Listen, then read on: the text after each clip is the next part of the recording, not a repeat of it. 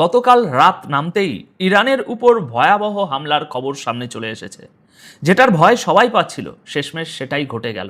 গতকাল 12ই জুলাই গভীর রাতে আমেরিকা আবারও ইরানের উপর বড়সড় হামলা চালিয়েছে। আর এর পরপরই পুরো মিডল ইস্টের পরিস্থিতি আগের চেয়ে অনেক বেশি ভয়ানক হয়ে উঠেছে। অবশ্য ইরানও ছেড়ে কথা বলেনি, তারা পাল্টা বড় হামলা করে বেশ কয়েকজন আমেরিকান সেনাকে মেরে ফেলার দাবি করেছে, যার প্রমাণ আমি একটু পরেই আপনাদের দেখাবো। ছিল তার সবাই ভারতের। 10 জন নাবিককে উদ্ধার করা গেলেও একজন নাবিক এখনো নিখোঁজ। হামলার ঘটনায় ভারত নিন্দা জানিয়েছে, ভারত আরও কিছু বক্তব্য দিয়েছে। এদিকে সর্বশেষ খবরে দেখলাম রাশিয়া ইউরোপের কাছে আর ডলারে বা ইউরোতে কোনো তেল বিক্রি করবে না। তেল চুক্তি যা হবে তা সব রাশিয়ান মুদ্রা রুবল অথবা চীনা মুদ্রা ইউয়ানে। তাহলে প্রশ্ন আসছে, বিশ্ব কি খুব দ্রুত পরিবর্তিত হয়ে যাচ্ছে? কিন্তু দর্শক, এর চেয়েও ভয়ঙ্কর একটা খবর আছে। একটা দাবি উঠছে যে ইরানের পরমাণু ঘাঁটিতেও নাকি হামলা হয়েছে। যদি এর ফলে বড় কোনো ক্ষতি হয়, তবে পুরো আরব বিশ্বে নিউক্লিয়ার রেডিয়েশন ছড়িয়ে পড়তে পারে। এই হামলাগুলো গভীর রাতে হয়েছে। এখন এক এক করে শুনুন এই হামলাগুলোতে ঠিক কোথায় কোথায় নিশানা করা হয়েছে। প্রতিটি জায়গার খবর এবং ছবি আমি আপনাদের এখন দেখাবো। দর্শক, গতকাল 12ই জুলাই রাতে আমেরিকার সেন্ট্রাল কমান্ড হরমুজ প্রণালীর আশেপাশে ইরানের বেশ কয়েকটি মিলিটারি ঘাঁটিতে নতুন করে হামলা চালিয়েছে। রিপোর্ট অনুযায়ী এই হামলাগুলোতে ইরানের missile system, air defence system এবং আইআরজিসির বেশ কয়েকটি স্পিড বোটকে সরাসরি নিশানা করা হয়েছে। অন্যদিকে ইরান কি বলছে? ইরান বলছে যে তাদের সবচেয়ে গুরুত্বপূর্ণ কোসম আইল্যান্ডে 10 থেকে 11টি মিসাইল ছোড়া হয়েছে। দর্শক, এই আইল্যান্ডটা কিন্তু যে সে জায়গা নয়, এখানেই তেলের বিশাল ভাণ্ডার জমা থাকে। ইরানি সূত্র বলছে কোসম আইল্যান্ডের পাশাপাশি বন্দর আব্বাসের বেশ কিছু এলাকাতেও জোরালো বিস্ফোরণের শব্দ শোনা গেছে। হরমুজ প্রণালীতে এই কোসম আইল্যান্ড হলো সবচেয়ে গুরুত্বপূর্ণ জায়গা, যেখানে ইরানের কোস্টাল ডিফেন্স সিস্টেম, তারপরে আপনার র্যাডার এবং নৌবাহিনীর সমস্ত সম্পদ রাখা আছে। আর ঠিক এই কারণেই এই হামলাগুলোকে শুধু সাধারণ কোনো এয়ার স্ট্রাইক বলা যাবে না। এটা মূলত হরমুজ প্রণালীতে ইরানের সামরিক ক্ষমতাকে পুরোপুরি পঙ্গু করে দেওয়ার একটা মার্কিন চেষ্টা।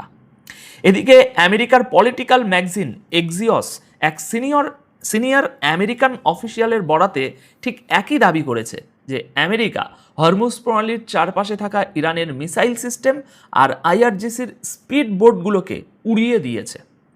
এরই মাঝে ইরানের সরকারি নিউজ এজেন্সি ইরনা জানিয়েছে যে হরমুজগানে হওয়া এই হামলায় একজন মেনটেনেন্স ওয়ার্কার নিহত হয়েছেন এবং 2 জন আহত হয়েছেন। দর্শক, এই সব খবর গতকাল 12ই জুলাই রাত 10টার পর থেকে আসতে শুরু করে, ডেভেলপ হতে শুরু করে। কিন্তু এর মধ্যে কিছু সূত্র এমন একটা দাবি করেছে যা শুনলে আপনার রক্তহীন হয়ে যাবে। তারা বলছে এই হামলার নিশানা নাকি নিউক্লিয়ার ফ্যাসিলিটির কাছাকাছি এলাকাগুলোতেও হয়েছে। যদি সত্যি সত্যি কোনো নিউক্লিয়ার ফ্যাসিলিটির ক্ষতি হয় এবং রেডিয়েশন ছড়ায়, তবে সেটা শুধু ইরানেই আটকে থাকবে না, এর মারাত্মক প্রভাব পড়বে উপসাগরীয় আরব দেশগুলোতেও।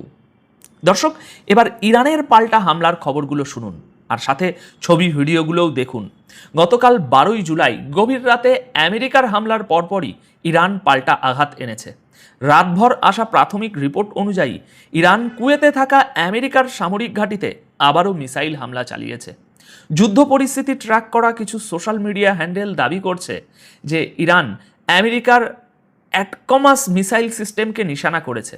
এরই মাঝে আল মায়াদিন পত্রিকা সহ বেশ কিছু সূত্র দাবি করছে যে এই হামলায় আমেরিকান ফোর্সের বেশ কয়েকজন জওয়ান নিহত হয়েছে।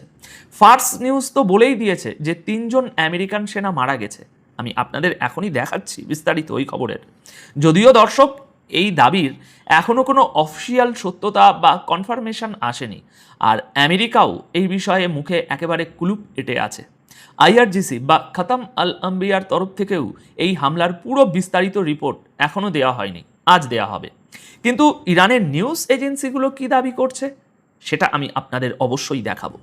এদিকে কুয়েতের ডিফেন্স মিনিস্ট্রি জানিয়েছে আল সাইবা পোর্টের কাছে থাকা একটা অয়েল প্ল্যাটফর্মে অজানা একটা ড্রোন আঘাত এনেছে, যাতে একজন কর্মী আহত হয়েছেন।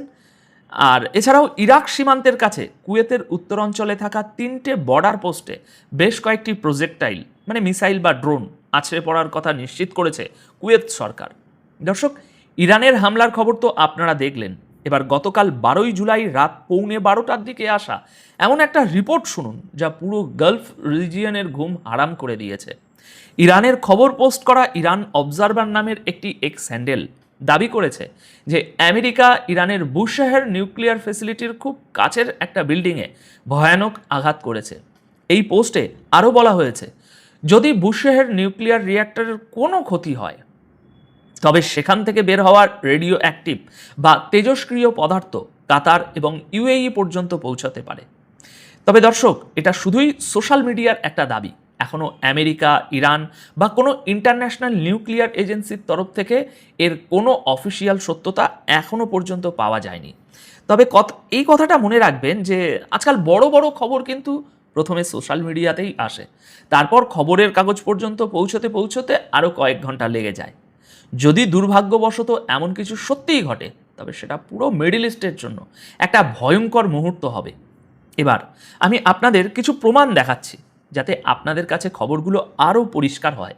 গতকাল 12ই জুলাই রাত 9:58 ইরানের বিখ্যাত ফার্স নিউজ এজেন্সি লিখেছে, কুয়েতে মিসাইল হামলায় 3 জন আমেরিকান সেনা নিহত। তারা আরও লিখেছে যে এই 3 জন মারা যাওয়ার পাশাপাশি ওই হামলায় আরও বেশ কয়েকজন আমেরিকান সেনা গুরুতর আহত হয়েছে। তবে তারা এটাও লিখেছে যে খবরটির সূত্রের বরাতে পাওয়া। এরপর রাত 11:13 তারা আরেকটা খবর দেয়, ইরান কুয়েতে আমেরিকার হাইমার্স লঞ্চ প্ল্যাটফর্ম ধ্বংস করেছে। দর্শক, আপনারা জানেন হাইমার্স হলো ground to ground rocket system যা দিয়ে আমেরিকা ভয়ঙ্কর হামলা চালায়।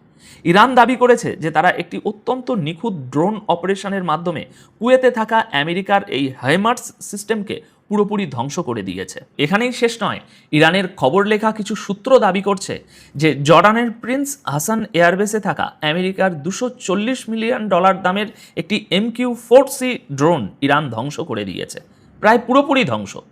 এদিকে আরেকটি আন্তর্জাতিক সংবাদ মাধ্যম লিখেছে যে আমেরিকার সেন্টকম ইরানের উপর হওয়া হামলার high definition black and white footage প্রকাশ করেছে। তারা বলছে এগুলো শুধু PR স্ট্যান্ড নয়, এগুলো হলো IRGCর যুদ্ধ করার ক্ষমতাকে সার্জিক্যাল স্ট্রাইকের মাধ্যমে পঙ্গু করে দেওয়ার একটা জলজান্ত প্রমাণ। দর্শক, এর মধ্যেই বড় বড় হেডলাইন্স আসা শুরু হয়ে গেছে। দ্য টাইমস অফ ইসরায়েল খবর ছেপেছে যে আমেরিকা ইরানের ডিফেন্স সিস্টেমে আঘাত করেছে। তাদের টাইম স্ট্যাম্প দেখাচ্ছে 7:53। আমরা হয়তো তাদের চেয়ে কয়েক ঘন্টা এগিয়ে আছি, কারণ এই ওয়েবসাইটগুলো লন্ডন বা আপনার ইউরোপের টাইম জোন মেনে চলে। এছাড়াও দর্শক, গতকালকের গভীর রাতের আপডেটে বলা হচ্ছে আমেরিকা হরমুজ প্রণালীতে ইরানের স্পিড বোট এবং এয়ার ডিফেন্স সিস্টেমে ব্যাপক হিট করেছে। আর এই মুহূর্তের সবচেয়ে তাজা আপডেট হলো আল জাজিরা ব্রেকিং নিউজ দিয়ে কনফার্ম করেছে যে ইরান কুয়েতে আমেরিকার হাইমার্স মিসাইল সিস্টেমের উপর সত্যিই অ্যাটাক করেছে। এখন আমেরিকা এটাকে কতটা ক্ষতি হিসাবে মানবে সেটা তো তারাই জানে। দর্শক, গত কয়েক মাস ধরে আমি আপনাদের বারবার একটা কথাই বলে আসছি, এগুলো কোনো বিচ্ছিন্ন ঘটনা নয়। যেসব ছোট ছোট হামলা, পাল্টা হামলা আর সীমিত সংঘর্ষ আমরা এতদিন ধরে দেখছিলাম, সেগুলো ছিল আসলে আরও বড় একটা যুদ্ধের পূর্বাভাস। আমি বারবার বলেছি এই সংঘাত এখানে থামবে না, বরং ধাপে ধাপে আরও ভয়াবহ রূপ নেবে। আর আজকের ঘটনাগুলো দেখে মনে হচ্ছে সেই আশঙ্কাই বাস্তবে পরিণত হতে শুরু করেছে। এখন আর শুধু 1-2টি লক্ষ্যবস্তুতে সীমিত হামলার বিষয় নয়, সামরিক ঘাঁটি, কৌশলগত স্থাপনা, হরমুজ প্রণালী, এমনকি পারমাণবিক স্থাপনার আশপাশ পর্যন্ত সংঘাত পৌঁছে গেছে। অর্থাৎ পরিস্থিতি এমন পর্যায়ে চলে যাচ্ছে যেখানে প্রতিটি হামলার পাল্টা হামলা পুরো অঞ্চলকে আরও বড় সংঘাতের দিকে ঠেলে দিচ্ছে। তবে এটাও মনে রাখা জরুরি, যুদ্ধক্ষেত্রে প্রথম দিকে আসা অনেক তথ্য ও দাবি স্বাধীনভাবে যাচাই করা সম্ভব হয় না। তাই বিভিন্ন পক্ষের দাবি প্রতিদাবি সময়ের সঙ্গে বদলাতেও পারে। কিন্তু একটা বিষয় পরিষ্কার, মধ্যপ্রাচ্যের এই সংকট এখন অনেক বিস্তৃত ও বিপজ্জনক পর্যায়ে পৌঁছেছে এবং আগামী দিনগুলোতে পরিস্থিতি আরও দ্রুত পরিবর্তিত হতে পারে। দর্শক, ইতিহাস আমাদের একটা জিনিস বারবার শিখিয়েছে, বড় যুদ্ধ কখনোই একদিনে শুরু হয় না। প্রথমে হয় সীমিত হামলা, তারপর পাল্টা হামলা, এরপর একের পর এক নতুন দেশ, নতুন ফ্রন্ট, নতুন অস্ত্র সেই সংঘাতে জড়িয়ে পড়ে। প্রথম বিশ্বযুদ্ধের শুরুতেও অনেকে ভেবেছিল কয়েক সপ্তাহের মধ্যে পরিস্থিতি শান্ত হয়ে যাবে, কিন্তু শেষ পর্যন্ত সেই সংঘাত পুরো বিশ্বকে গ্রাস করেছিল। দ্বিতীয় বিশ্বযুদ্ধের আগেও ছোট ছোট সামরিক পদক্ষেপকে অনেকে সাময়িক সংকট বলে মনে করেছিলেন, অথচ কয়েক বছরের মধ্যেই তা মানব ইতিহাসের সবচেয়ে ভয়াবহ যুদ্ধে পরিণত হয়েছিল। আমি বলছি না যে বর্তমান পরিস্থিতি ইতিহাসের সেই পথ অনুসরণ করবে, তবে ইতিহাসের একটা শিক্ষা স্পষ্ট, যখন কৌশলগত স্থাপনা, গুরুত্বপূর্ণ ঘাঁটি, সমুদ্রপথ, বড় বড় শক্তিগুলো কিনা বিশ্ব ব্যবস্থা, ডলার সিস্টেম, ডিডলারাইজেশন প্রক্রিয়া, এ সমস্ত কি খুব দ্রুত গতিতে এগিয়ে যাচ্ছে। এপাশে হরমুজ প্রণালী নিয়ে পরস্পর বিরোধী বক্তব্য পাওয়া যাচ্ছে। আমেরিকা বলছে হরমুজ প্রণালী খোলা আছে, জাহাজ চলাচল অব্যাহত আছে। ইরান বলছে হরমুজ প্রণালী সম্পূর্ণভাবে বন্ধ এবং পরবর্তী নির্দেশ বা সুযোগ না দেওয়া পর্যন্ত কোনো জাহাজ চলাচল করবে না। আসলে পরিস্থিতি কি, সুপ্রিয় দর্শক, এই বিষয়গুলো নিয়ে আমি এখন বিস্তারিত আলোচনা করার চেষ্টা করব। আশা করি আপনারা সঙ্গেই থাকবেন। দর্শক, গত রাতে সাইপ্রাসের পতাকাবাহী একটি জাহাজ, এই জাহাজটা যাচ্ছিল ওমানের উপকূল দিয়ে। জাহাজটা ওমানের উপকূল দিয়ে হরমুজ প্রণালী পার হতে চেয়েছিল, নাকি ওমানের উপকূল দিয়ে হরমুজ প্রণালীতে ঢুকে পারস্য উপসাগরের দিকে যাচ্ছিল পরিষ্কার না। এই তথ্য পাওয়া যায়নি, আমি খুব চেষ্টা করেছি, কিন্তু জাহাজটি ওমানের উপকূল দিয়ে যাচ্ছিল, এটা হলো ফ্যাক্ট। তা ওমানের উপকূল দিয়ে জাহাজ চলাচল তো নিষেধ করে রেখেছে ইরান। তারা বলছে যে তারা যে নির্দেশনা দিয়েছে যে রুটে যাবে জাহাজ, সেই রুটেই শুধুমাত্র জাহাজ যাবে, এর বাইরে যাবে না। জাহাজটা ছিল সাইপ্রাসের পতাকাবাহী। এখন সাইপ্রাসের পতাকাবাহী মানেই সাইপ্রাসের জাহাজ তা কিন্তু না, ইসরায়েলেরও না, আমেরিকারও না, আসলে কোন দেশের সেটা পরিষ্কার না। জাহাজটি ছিল একটি কন্টেইনার জাহাজ। এখন এই কন্টেইনার জাহাজে পোশাক আশাক, কাপড় চোপড়, ইলেকট্রনিক সামগ্রী বা ইস্পাত বা আদার অন্যান্য পণ্য সামগ্রী নেওয়া হয়। তেলবাহী জাহাজ না, এটা কন্টেইনার জাহাজ, মানে এই কন্টেইনারে করে যে সমস্ত পণ্য নেওয়া হয় সেই জাহাজ। সাইপ্রাসের সাথে কিন্তু ইসরায়েলের খুব গভীর সম্পর্ক। এখন সাইপ্রাসের পতাকাবাহী এই জাহাজটা ইসরায়েলে যাচ্ছিল কিনা সেটা একটা প্রশ্ন। এই জাহাজটা জেবেল আলী বন্দরের কাছে আঘাতপ্রাপ্ত হয়, অর্থাৎ জেবেল আলী বন্দর হচ্ছে সংযুক্ত আরব আমিরাতের বন্দর। এইখান থেকে হয়তো ধারণা করা যায় যে জাহাজটা হয়তো সংযুক্ত আরব আমিরাত থেকে ইসরায়েলের দিকে বা ইসরায়েলি পণ্য নিয়ে যাচ্ছিল, বাট সাইপ্রাসের পতাকাবাহী জাহাজ। এবং ইসরায়েলের সাথে ভারতের যথেষ্ট ঘনিষ্ঠ সম্পর্ক, নাবিক সবাই কিন্তু ভারতের। আমি এর মানে কোনো সিদ্ধান্ত দিচ্ছি না, কিন্তু ঘটনাগুলো আমি শুধু তুলে ধরছি, আসলে কি ঘটেছে আমরা পরিষ্কার না। এই জাহাজে হামলার পর আমেরিকা ইরানের উপর হামলা চালায় এবং 140টি লক্ষ্যবস্তুতে বিভিন্ন জায়গায় হামলা করেছে। আমেরিকার যুদ্ধমন্ত্রী পিট হেগসেথ বলেছেন যে আমরা বারবার ইরানকে বলেছি যে তোমরা এরকম হামলা করো না, এখন মজাটা বুঝুক। তিনি যা বলেছেন তার মানে দ্বারা এইরকম যে মনে হচ্ছে যেন আমেরিকা ইরানকে একেবারে ধ্বংস করে দিয়েছে, এখন মজা বুঝুক, বিষয়টা তারা বুঝুক। এদিকে এই যে সাইপ্রাসের পতাকাবাহী যে জাহাজ হামলার শিকার হলো, সেই জাহাজে যে 11 জন নাবিক, ভারতীয় নাবিক ছিল, তাদের ভিতরে 10 জনকে উদ্ধার করা গেছে, একজনকে পাওয়া যায়নি, নিখোঁজ, সম্ভবত মারা যেতে পারে, সাগরের ভেতরে কি হয়েছে এখনো পরিষ্কার না। এই ঘটনার অর্থাৎ এই হামলার নিন্দা জানিয়েছে ভারত। ভারত বলেছে যে আন্তর্জাতিক পানিসীমায় বা আন্তর্জাতিক নৌপথে আন্তর্জাতিক আইন অনুসারে স্বাধীনভাবে জাহাজ চলাচলের সুযোগ থাকা উচিত। এই হামলা, এই যুদ্ধ বন্ধ হোক এবং বেসামরিক জাহাজে হামলা করা উচিত না, ইত্যাদি ইত্যাদি। এখানে যে সমস্ত পয়েন্টগুলো খুব খেয়াল করে বোঝা যায়, সেই পয়েন্টগুলো যদি আমরা উল্লেখ করি তাহলে দেখা যাবে ভারত মূলত ইরানকেই দায়ী করেছে অনেক কিছুর জন্য। যেমন ইরান এই হামলা চালিয়েছে আন্তর্জাতিক নৌপথে, আন্তর্জাতিক আইন মেনে স্বাধীনভাবে জাহাজ চলাচল করা উচিত, কিন্তু সেটা করতে দিচ্ছে না ইরান। প্রশ্ন হচ্ছে যে হরমুজ প্রণালীকে আন্তর্জাতিক নৌরুট বলা হচ্ছে, কিন্তু বাস্তবতা হচ্ছে ওমান এবং ইরানের উপকূল থেকে যদি আন্তর্জাতিক আইন অনুযায়ী দুই দেশের সীমানা বন্টন করা হয়, তাহলে আন্তর্জাতিক কোনো রুট এখানে থাকে না। অর্থাৎ ইরানের উপকূল থেকে যদি সামনে আসা হয়, ইরানের যে আন্তর্জাতিক আইন অনুযায়ী যেটুকু নিজস্ব ভূখণ্ড বা নিজস্ব জলসীমা বলে গণ্য হবে, উপকূল ভাগ বলে গণ্য হবে, সেইটুকু যদি দেয়া হয়, আর দক্ষিণ পাশে যদি ওমানকে একইভাবে দেওয়া হয়, তাহলে মাঝখানে আর আন্তর্জাতিক কোনো জলপথ থাকে না, দুই দেশের ভেতরে ভাগাভাগি হয়ে যায়, আর নতুন কোনো জলপথ জাহাজ চলাচলের জন্য আন্তর্জাতিক রুট কিন্তু আর থাকে না। সেক্ষেত্রে আন্তর্জাতিক রুট বলা যাবে কি যাবে না, সেটা কিন্তু অবশ্যই একটা ভাববার বিষয়। তারপরে ভারত বলেছে সংঘাত না, কূটনৈতিক আলাপ আলোচনার মাধ্যমে এই সমস্যার বা এই সংকটের সমাধান করতে হবে। কিন্তু আমেরিকা যে ইরানের উপরে এত ব্যাপকভাবে হামলা চালাচ্ছে বা হামলার প্রেক্ষাপট যে তৈরি করে দিচ্ছে কারা, ভারত কিন্তু এই দিকে বলেনি, এই দিকে কোনো কথা বলেনি।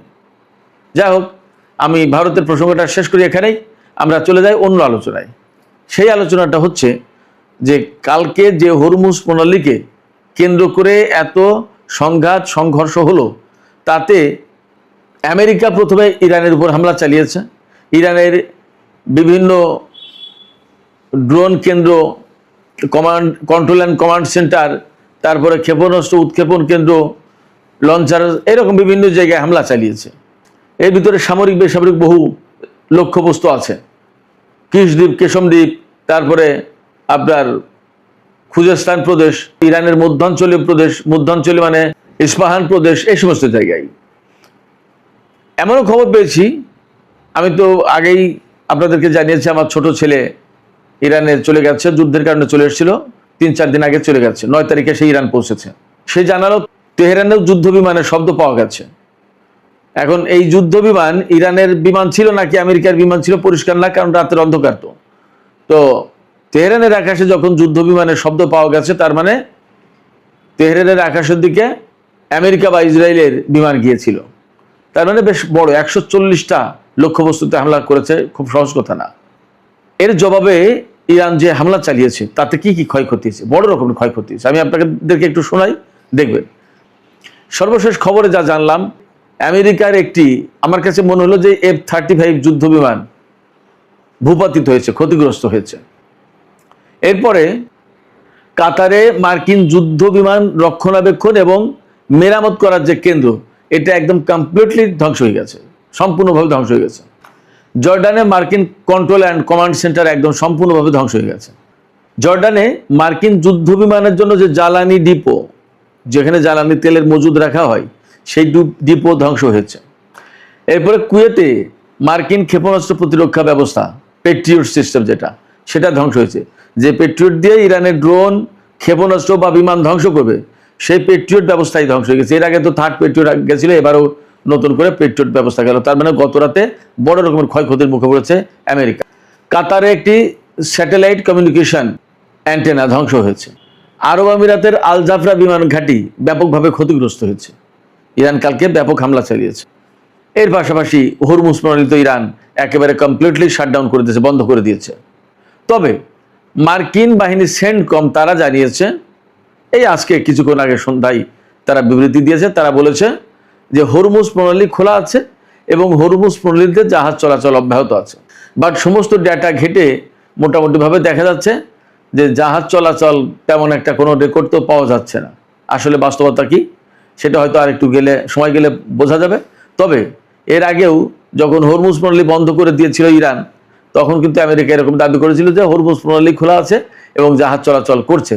বাট সেই তথ্য কিন্তু আসলে সত্য বলে নিশ্চিত হওয়া যায়নি।